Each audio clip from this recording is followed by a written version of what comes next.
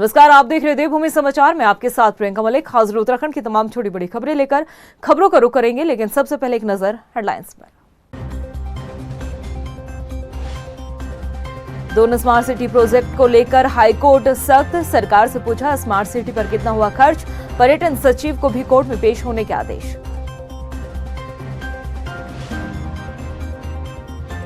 राज्य आंदोलनकारियों के आरक्षण बिल को लेकर हुई प्रवर समिति की आखिरी बैठक, मंत्री प्रेमचंद अग्रवाल बोले आरक्षण का ड्राफ्ट तैयार, आंदोलनकारियों के हक में होगा फैसला।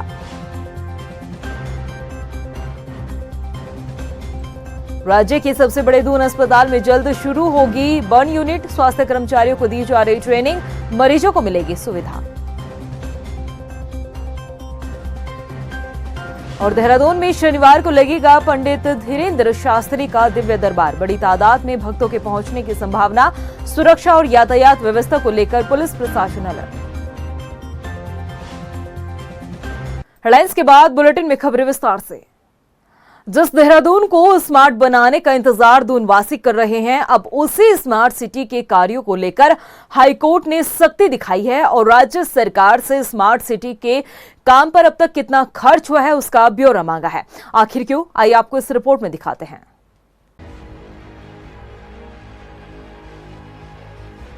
स्मार्ट सिटी प्रोजेक्ट पर हाईकोर्ट सख्त, कोर्ट ने पूछा अब तक कितना हुआ खर्च, हाईकोर्ट ने सरकार से जवाब किया तलब। देहरादून को स्मार्ट सिटी बनाने का काम कई सालों से चल रहा है। एक तरफ जहां पहले से ही स्मार्ट सिटी के काम में हो रही देरी को लेकर सवाल उठते रहे हैं, आधे अधूरे कार्यों को लेकर दूनवासियों को परेशानियों का सामना करना पड़ता रहा है, तो वहीं अब इसी बीच नैनीताल हाईकोर्ट ने स्मार्ट सिटी के निर्माण पर ही सवाल खड़े कर दिए हैं। दून वैली में मास्टर प्लान और पर्यटन विकास बोर्ड के गठन के बिना हो रहे अवैध निर्माण कार्यों पर हाईकोर्ट ने सख्त रुख अपनाते हुए सरकार से पूछा है कि दून को स्मार्ट सिटी बनाने के लिए अब तक कितना बजट खर्च हुआ है। साथ ही ये भी बताने के लिए कहा है कि दून वैली का मास्टर प्लान के तहत विकास करने के लिए क्या प्लान बनाया गया। कोर्ट ने इस मामले में शपथ पत्र पेश करने के निर्देश दिए हैं। बता दें कि एक जनहित याचिका पर सुनवाई के बाद हाईकोर्ट ने सरकार से जवाब तलब किया है। याचिकाकर्ता ने याचिका दायर कर कहा, केंद्र सरकार का 1989 का नोटिफिकेशन होने के बाद भी उत्तराखंड सरकार ने अब तक ना तो पर्यटन गतिविधियों के लिए पर्यटन विकास प्लान तैयार किया है और न ही लैंड यूज के लिए मास्टर प्लान बनाया गया।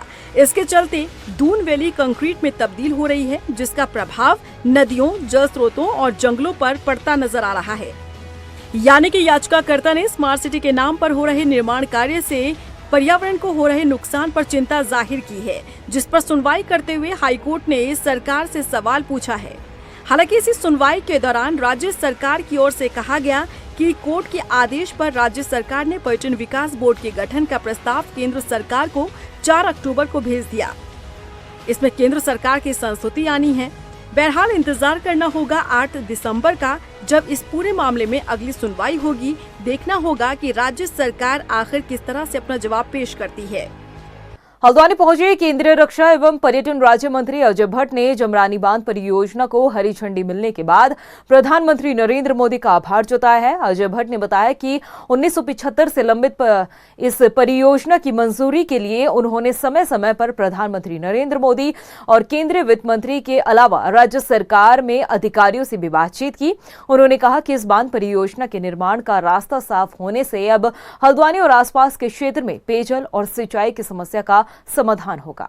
ये बहुत बड़ी उपलब्धि है। मैं देश के माननीय प्रधानमंत्री जी को और निर्मला सीतारमण जी को, पेयजल मंत्री जी को, पर्यावरण मंत्री जी को, अपने मुख्यमंत्री जी को बधाई देता हूं और अपनी यहाँ की जनता को बधाई देता हूं, अपने पूर्व सांसदों को और आंदोलन में जितने भी लोग सम्मिलित रहे सबको बधाई देता हूं। जो एक प्रोजेक्ट के लिए सबने तैयारी करी, जो रुक गया था, और मुझको उसके लिए प्रेरित किया सारे लोगों ने। तो पहली स्पीच, पहले सत्र में मेडरन स्पीच जिसे कहते हैं, वो अगर किसी ने दी तो अजय भट्ट को यह अवसर प्राप्त हुआ। ये मेरे संसदीय इतिहास में मेरे लिए मेरा पाथेय बनेगा और हमेशा मुझको प्रेरणा देगा। वहीं राज्य आंदोलनकारियों के लिए 10% शैक्षिक आरक्षण को लेकर प्रवर समिति की आज आखिरी बैठक हुई है। वित्त मंत्री और प्रवर समिति के सदस्य प्रेमचंद अग्रवाल ने बताया कि प्रवर समिति ने अपना ड्राफ्ट तैयार कर लिया है, जो कि आंदोलनकारियों के हक में है। मंत्री प्रेमचंद अग्रवाल ने कहा कि जो काम प्रवर समिति को 10% आरक्षण को लेकर सौंपा गया था, वो काम आज पूरा हो चुका है और जल्द ही आंदोलनकारियों के हक में बड़ा फैसला लिया जाएगा। देखिए, जो काम प्रवर समिति को 36 आरक्षण के संदर्भ में सौंपा गया था, वो काम आज पूरा हो गया है। और जो भी इस दौरान हमारी बैठकें हुई थी, उन तमाम बैठकों के निष्कर्ष के आधार पे जो ड्राफ्ट हमने किया था, आज उसको अंगीकृत कर लिया गया है। और मैं ये कह सकता हूँ कि हमारे जो आंदोलनकारी हैं, उनके हित में ये आज हमने काम पूरा कर लिया है। और अब माननीय अध्यक्षा जी को मुझे ये प्रतिवेदन सौंपना है।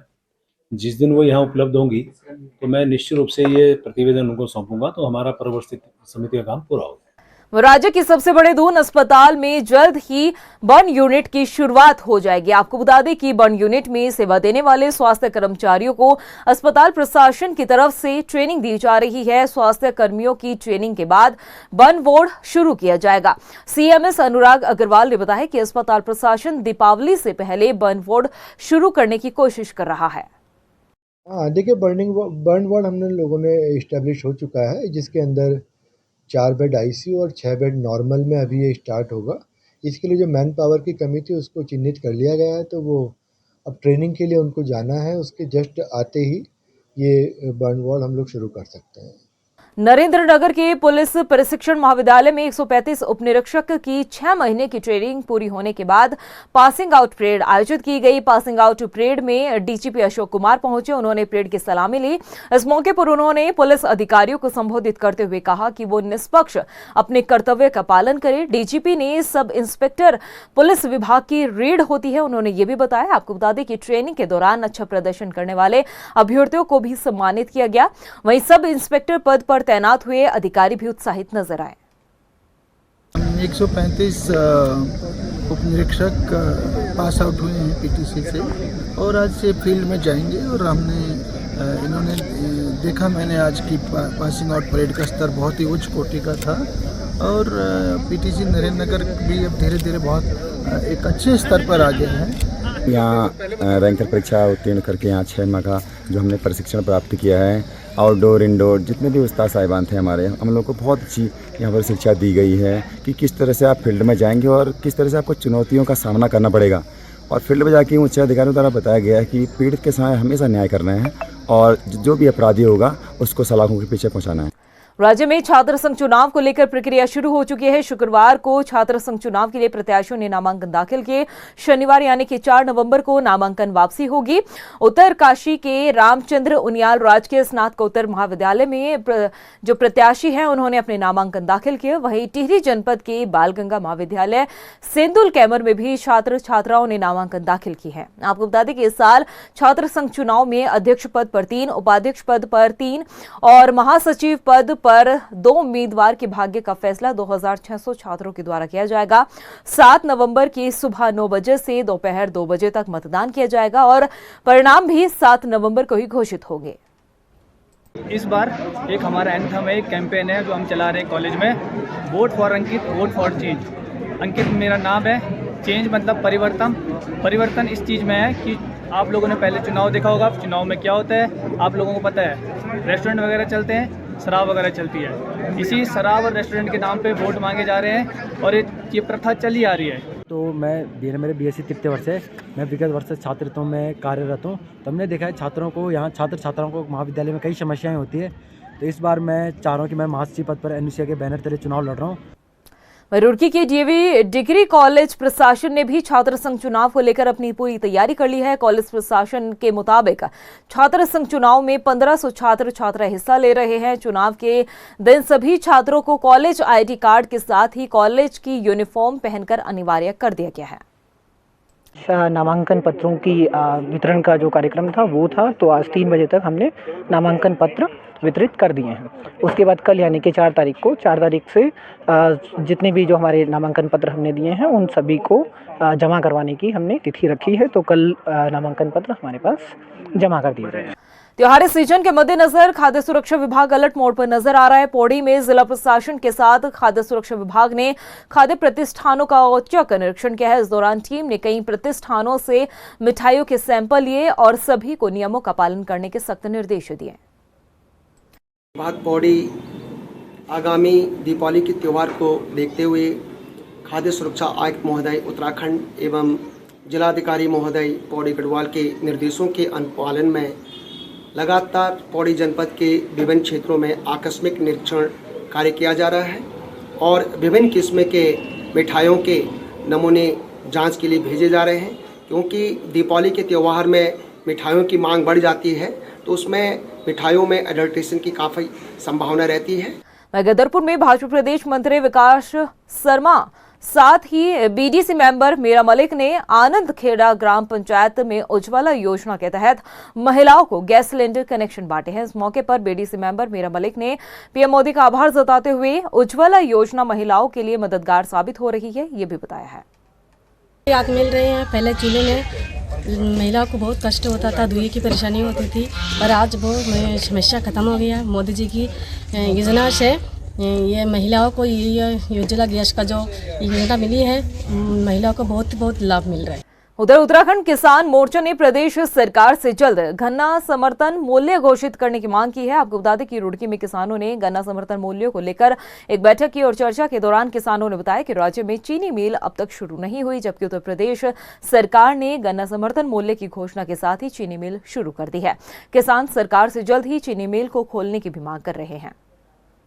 उत्तराखंड किसान मोर्चे की मासिक पंचायत प्रशासनिक बंद आयोजित की गई, जिसका मुख्य एजेंडा ये था कि 2-3 दिन के अंदर चीनी मिल उत्तराखंड के चलने वाली और सरकार के द्वारा आज तक गन्ने का रेट तय नहीं किया गया, तो इसी को लेकर सरकार को चेताया और ये सरकार को उत्तराखंड किसान मोर्चा चेतावनी देना चाहता है कि तत्काल गन्ने का जो रेट है वो सरकार तय कर दे, क्योंकि 2-3 दिन के बाद जब चीनी मिल चलेंगे तो अभी तक किसान को और चीनी मिलों को ये पता नहीं गन्ने का रेट क्या है। कल उत्तर प्रदेश का भी गन्ने का रेट सरकार के द्वारा उत्तर प्रदेश की तय कर दिया गया, अन्य राज्यों में गन्ने का रेट तय किया गया, क्यों उत्तराखंड प्रदेश बचा गया। तो इसी मांग को लेकर आज यहाँ पे एक पंचायत रखी गई। प्रदेश की खबरों में इतना ही, फिर हाजिर होंगे कुछ खास खबरों के साथ। तब तक के लिए मुझे दे इजाजत, नमस्कार। दोनों स्मार्ट सिटी प्रोजेक्ट को लेकर हाईकोर्ट सख्त, सरकार से पूछा स्मार्ट सिटी पर कितना हुआ खर्च, पर्यटन सचिव को भी कोर्ट में पेश होने के आदेश।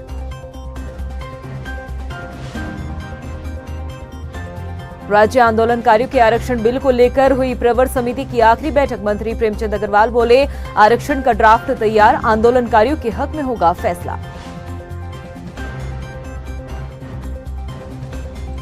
राज्य के सबसे बड़े दून अस्पताल में जल्द शुरू होगी बर्न यूनिट, स्वास्थ्य कर्मचारियों को दी जा रही ट्रेनिंग, मरीजों को मिलेगी सुविधा।